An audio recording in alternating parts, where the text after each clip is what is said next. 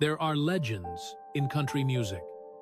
And then there is George Strait, with over 60 number one singles, more than 30 studio albums, induction into the Country Music Hall of Fame, a Grammy Award for Best Country Album, and a concert in 2024 that drew over 110,000 fans. He stands in a category entirely his own. They call him the King of Country, and no one argues the title. But behind that glory lies a story not glamorous, but brutal, not effortless, but devastating. A mother who walked away and never returned. A divorce that shattered the only family he knew as a boy. Years of playing empty honky-tonks for pocket change, while the dream of Nashville remained a closed door. And then, the wound that no award, no applause, no number one song could ever fully heal. The death of his daughter, 13-year-old Jenifer, on a summer road in Texas. And now at 73, George Strait carries all of it. The trophies, the silence, the grief folded quietly beneath the brim of his cowboy hat. If George Strait's music has ever moved you, ever found you on a long drive or a broken evening, hit like as a tribute to a man who turned his deepest pain into something that endures. It is heartbreaking when the beginning of a legend is marked not by warmth and music, but by absence and hard earth and silence. George Harvey Strait was born on May 18, 1952, in Poteet, Texas, a small town in the southern reaches of the state, where the wind carries the smell of dry grass and cattle, and where the sky at dusk turns the color of burnt copper. He was the second of 3 children born to John Byron Strait and Doris Jean Cusser, a modest family who worked and worshipped and did not ask for much from the world. His father, John, it was a junior high school mathematics teacher who also operated a 2,000-acre cattle ranch outside a place called Big Wells. The family spent weekends at the ranch, riding horses, roping cattle, tending the land. It was not a glamorous life, but it was a life with structure, with purpose, with the smell of soil and sweat and leather that George would carry in his bones for the rest of his years. Poverty was not the defining feature of his childhood, but hardship was. When George was in the 4th grade, his mother and father divorced. Doris Jean packed her things and left, taking George's sister Pensy with her. She did not take George. She did not take his older brother Buddy.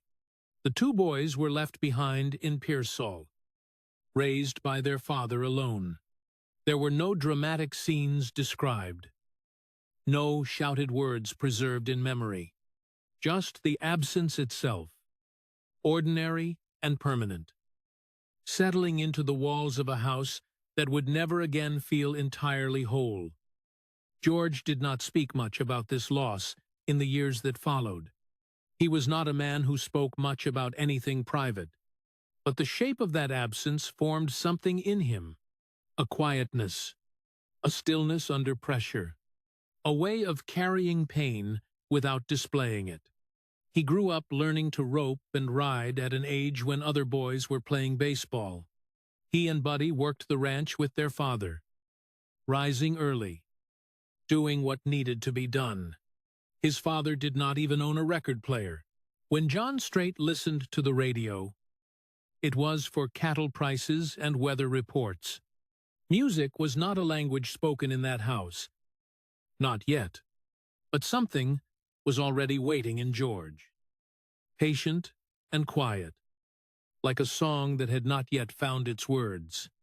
There was no single teacher who mocked him.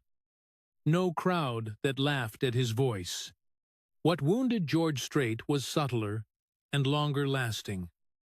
It was the experience of invisibility, of building something for years, and being told again and again, without malice, but with certainty, that it was not enough.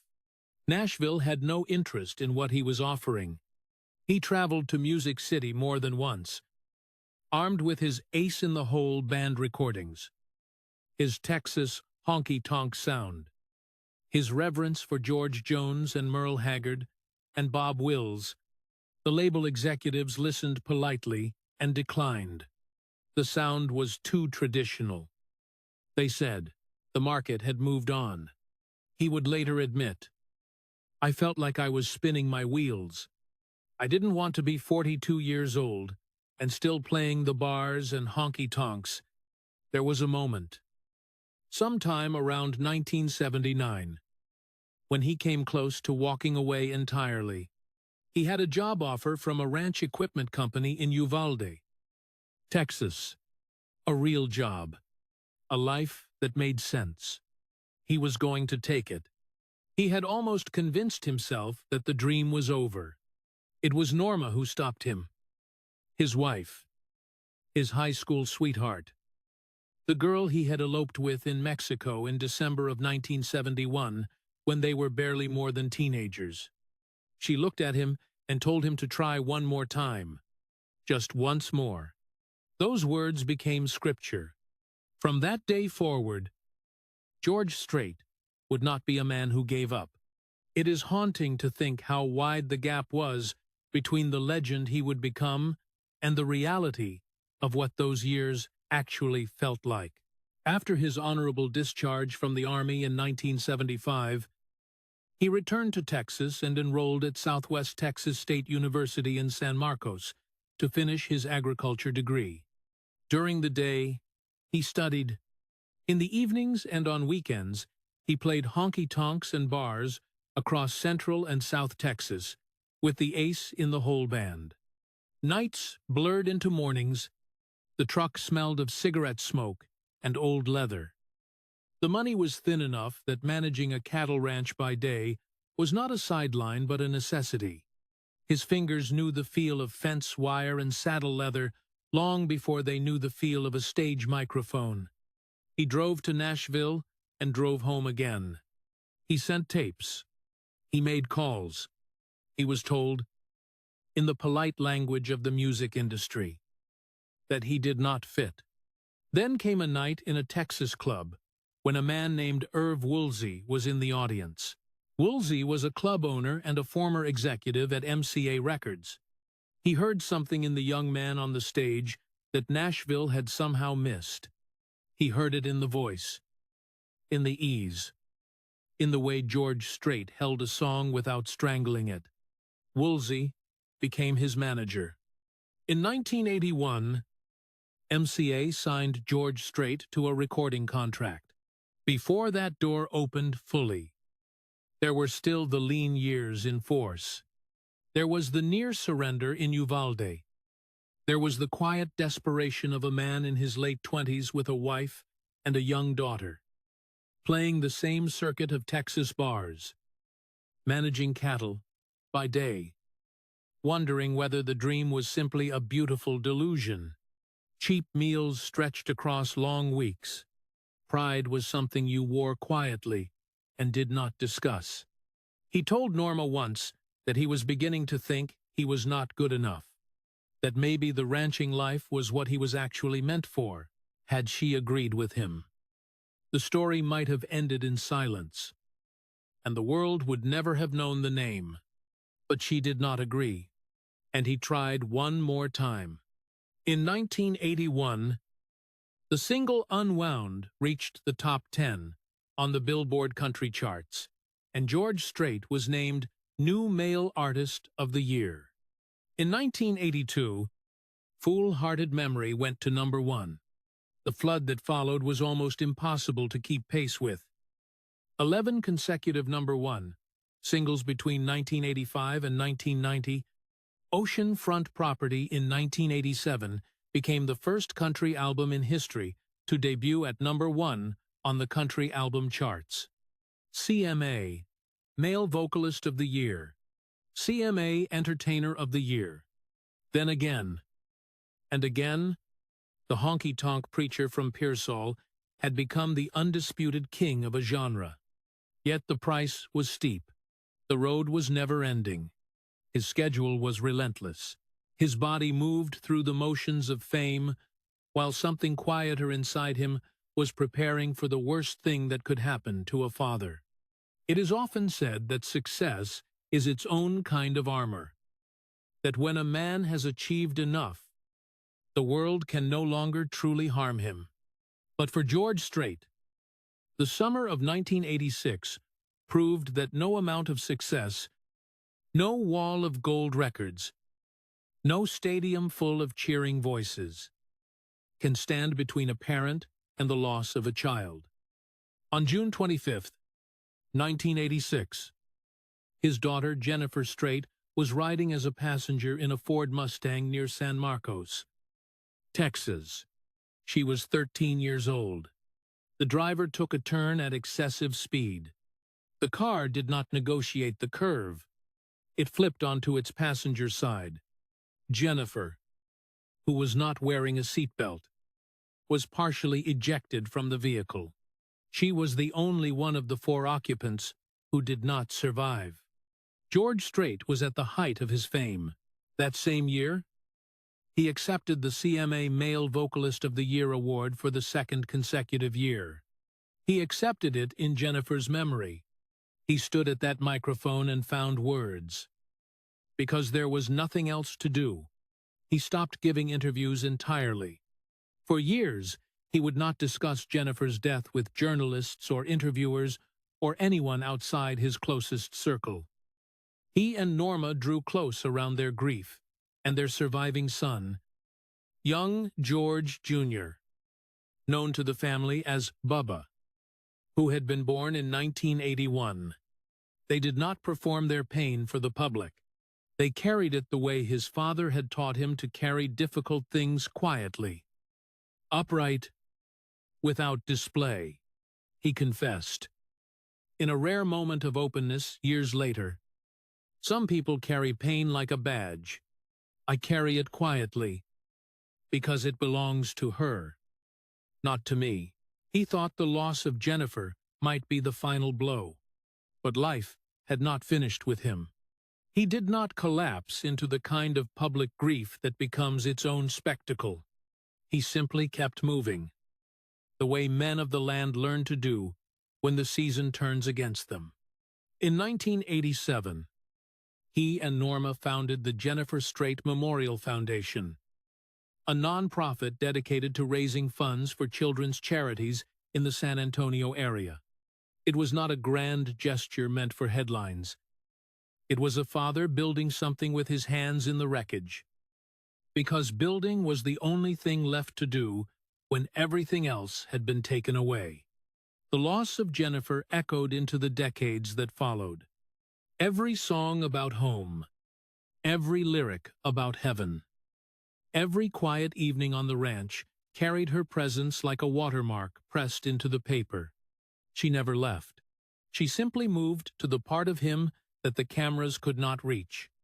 Then came a different kind of pressure, the slow accumulation of obligations that even extraordinary earnings cannot outrun when the structure around them is not carefully managed. His resort property, Tapatio Springs Hill Country Resort, was destroyed by fire in November of 2017. The overhead of decades of touring, of the ranch operation, of a career built at this scale, created complications that required discipline and restructuring. He built a plan as relentless as hunger itself. He returned to the music with renewed purpose. The Road Less Traveled in 2001 produced 2 #1 hits. Somewhere Down in Texas, in 2005, featured the song You'll Be There, a quiet spiritual ballad that many who knew the family understood as something more personal than its liner notes revealed. A father writing a letter to the daughter he expected to see again someday, somewhere beyond roads and curves and summer afternoons in Texas. You'll be there, he sung, and no one who listened carefully could miss what the words were really carrying. with Norma beside him through all of it, through the lean years and the heights, and the devastation, and the long road back. George Strait found not just survival, but something that resembled peace. Norma, who had been the voice that told him to try one more time in 1979, remained the constant center of a life that had otherwise known so many departures and disruptions. They have been married for over 50 years. A fact that country music, which is so often a music of loss, recognizes as its own kind of miracle. The man who once drove a truck through the dark Texas night toward empty bar stages now rides horses across his ranch in San Marcos every morning he is home.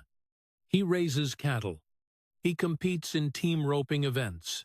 His son George Jr. grew up to share his father's love of ranching and music, co-writing songs with George, living the same land and song life that his father had built out of stubbornness and love and grief. The ranch is where George Strait makes the most sense. Away from the stage. He is a rancher who happens to sing. The cowboy hat is not a costume. The boots are not a brand. They are what he woke up wearing, long before anyone knew his name.